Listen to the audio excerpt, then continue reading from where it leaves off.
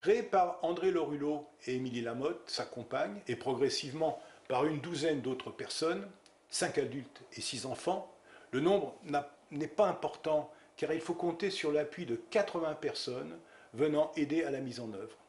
Je m'appelle Émilie Lamotte et je suis née à Paris en 1877.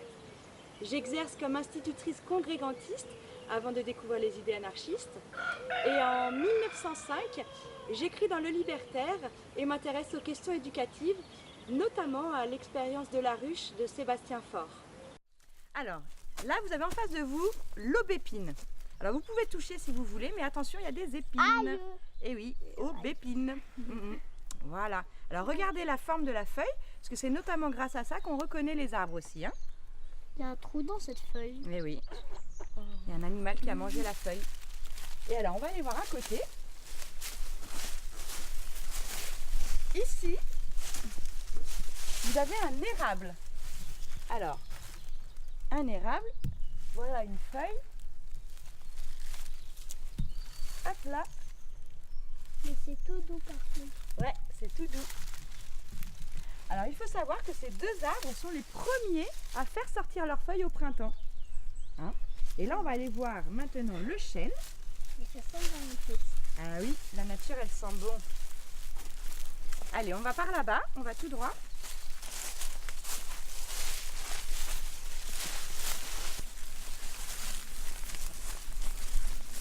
Allez, on peut se mettre autour si vous voulez. Voilà. Tu viens Hugo s'il te plaît? Alors, vous avez en face de vous un chêne. Voilà, c'est un arbre à feuilles caduques. Cela veut dire qu'il perd ses feuilles mortes à l'apparition des nouvelles. Alors par exemple, vous voyez là, il y a une feuille morte. On la voit là. Donc quand elle tombera, il y a une nouvelle feuille qui va apparaître. Voilà. L'éducation, c'est élever l'enfant parmi les choses, au lieu de l'asseoir contre son gré pour faire défiler froidement les choses devant lui. Tout le monde sait que le petit nomade qui circule à son gré dans la forêt met quelques jours à connaître tous les végétaux d'une flore nouvelle pour lui et à les distinguer parmi un détail. Donc, il s'agit de sortir résolument de cette ornière, de mettre l'élève à même de se renseigner, d'expérimenter par lui-même et d'être le premier artisan de son éducation. Le mouvement de caisse a été au débit de 12 922 francs 40. Au crédit, 12 375 francs. Donc en caisse, à ce jour, 547 francs 50. C'est pas mal. Au crédit, les bénéfices, tailleur, bonnetterie, récolte. Et l'imprimerie. L'imprimerie, alors on a fait 600 brochures, on en a vendu 530.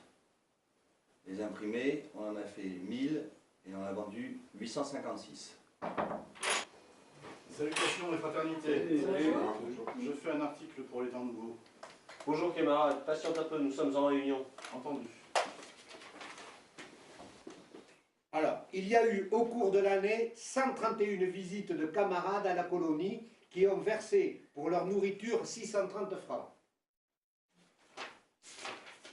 Alors, dépenses générales, 263 francs.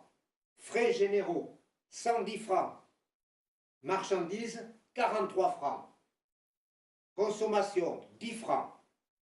80 francs de dépenses de matériel. Bois, ferrure, outillage pour les gros travaux et les travaux des champs. 20 francs de dépenses d'épicerie. Là, pour les comptes, faut-il quelque chose? Oui. Il faudrait du cuir. 2 demi-dossés marrons, 2 croupons noirs, Doucement. 4 croupons marrons, 2 demi-dossés noirs, 2 marrons, 6 coudées de fil, pour la colle 10 kg de patates et 1 kg de clous.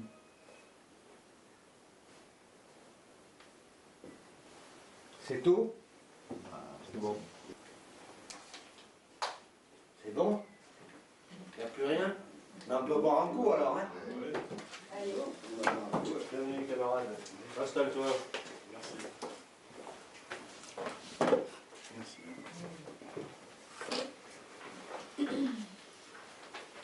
Ce milieu est anarcho-individualiste et fonctionne autour d'activités agraires et surtout autour d'activités culturelles et de propagande. Conférences, éducation, édition libertaire, néo-malthusianisme. La limitation des naissances joue un rôle pour limiter les charges des familles et pour leur donner une possibilité de résistance face au système. Et aussi pour éviter de fournir au patron et à l'État de la chair à canon. Donc ayons peu d'enfants, car les difficultés économiques et autres qui créent une nombreuse famille sont les mêmes dans tous les pays civilisés. Et dans la classe exploitée, les enfants d'une famille nombreuse sont d'avance sacrifiés. Le mariage n'a pas de fondement économique et place l'amour sous le joug de l'État. Les femmes mariées sont économiquement et sexuellement dépendantes de leur mari.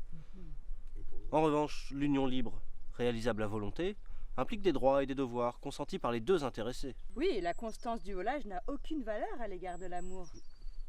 Car le volage appartient tout entier à son frisson, à son désir nouveau. Oui. Et il est anti-naturel de vouloir se lier éternellement à un être quelconque. L'amour est un sentiment qui, comme tous les autres, est sujet aux variations et aux changements. Oui, justement, nous parlons d'aimer plusieurs personnes librement. Si nous aimons librement et simultanément, c'est parce que chez tel être, nous trouvons des attributs ou des caractéristiques physiques ou moraux qui font défaut chez tel autre. Que cela exclut théoriquement la jalousie. Et elle n'existe pas pour moi. Mais nous savons bien que malgré nos principes, nous sommes restés des êtres jaloux, menteurs, propriétaires et autoritaires. En même temps, comment pourrions-nous, du jour au lendemain, mettre de côté les tares que nous reconnaissons en nous ? Tout milieu de vie en commun doit être un champ expérimental idéal pour la pratique de la camaraderie amoureuse et du pluralisme amoureux, de tout système tendant à réduire à zéro la souffrance sentimentale. Constatons simplement l'effet certain d'amélioration que peuvent amener chez les individus la pratique d'idées anarchistes. Mais soyons assez lucides pour ne pas penser que nous pourrons supprimer du jour au lendemain les tares comme les souffrances ou la jalousie. Ce préjugé de propriété est tellement enraciné chez les hommes que chez ceux qui se sont aimés librement, la même passion jalouse intervient. Le mariage et la prostitution sont les deux termes d'une même opération. Seul l'amour libre et raisonnable est beau. Mon père était alcoolique, ma mère était une putain, ma soeur piquait dans les boutiques où faisait comme maman si besoin. Et on voudrait que j'écoute les bourges et les curés, être sage sans doute et un bon ouvrier. Moi, je disais le père Pénard à la terrasse des bistrots, j'attendais Ravachol à la sortie du boulot. J'adorais les embrouilles, les plans qui fomentaient nos discours foutaient la trouille aux bourgeois du quartier, ceux qui baisaient ma mère, parfois sans la payer, et crachaient sur mon père quand il était bourré. Moi, je pleurais vaillant, sorti de la guillotine, et je lisais Bakounine à la terrasse des cafés.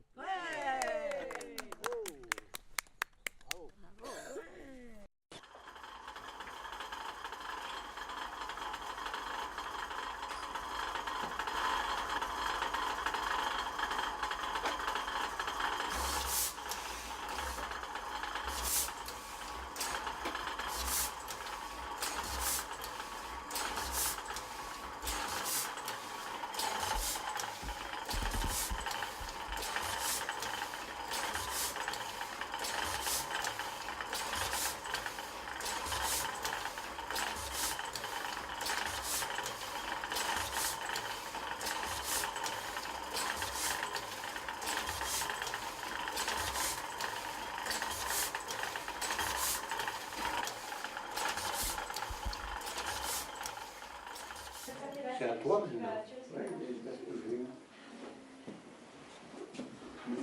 La couverture, là, comme ça. on la tire à 500 exemplaires. Hein. Ah oui, Ah, c'est bien. Ah oui, oui.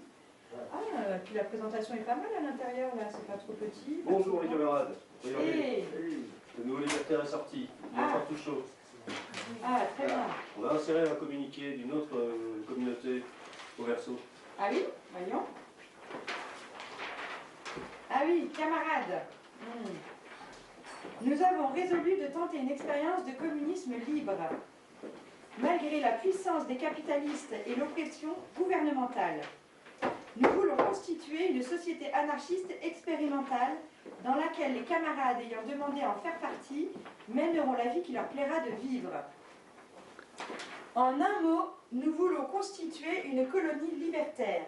Nous voulons, par la pratique de nos idées dans ce qu'elles ont de réalisable, prouver par l'exemple que c'est dans le communisme libre qu'il est nécessaire de rechercher le bonheur individuel. Nous faisons appel à tous les cœurs généreux, assoiffés d'idéal, à tous les libres penseurs, pour nous aider à mener à bien une expérience où chacun produira selon ses forces et chacun consommera suivant ses besoins. Contactez Le Libertaire, projet Société anarchiste expérimentale. C'est pas mal. C'est nouveau. Ah ouais, Habitude.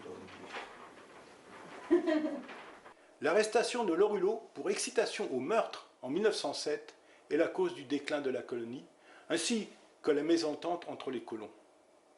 En 1908, la colonie est dissoute. Inconscience et préjugés, absence de camaraderie, telles ont été les causes de l'échec de la colonie.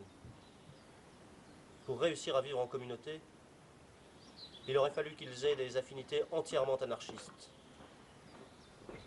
Une gymnastique communiste qui aurait eu l'avantage de permettre aux individus l'exercice de la vie en commun et à les débarrasser de leur attachement aux préjugés de la société actuelle.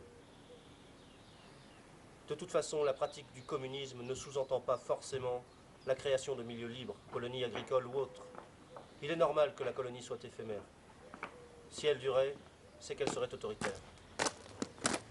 Émilie Lamotte et Lorulot partent alors sur les routes du Midi, en roulotte, pour poursuivre leur mission de conférenciers de l'anarchisme. Ils s'arrêtent sur les places des villages et sympathisent avec les gens. Hélas, en juin 1909, Émilie Lamotte tombe malade et meurt à Alès. Après la mort de sa compagne et celle de Libertad, Lorulot prend la direction du journal L'Anarchie de 1909 à 1913.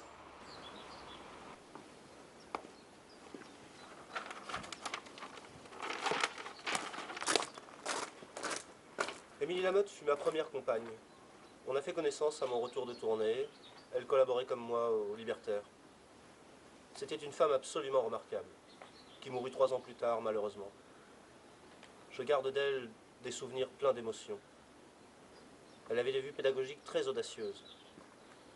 C'était aussi une artiste peintre et dessinatrice de grand talent. Je n'ai d'ailleurs pas gardé un mauvais souvenir de la colonie. Pour la première fois de ma vie, j'étais à la campagne, et le coin ne manquait pas de pittoresque. J'avais une charmante compagne, et nous nous aimions.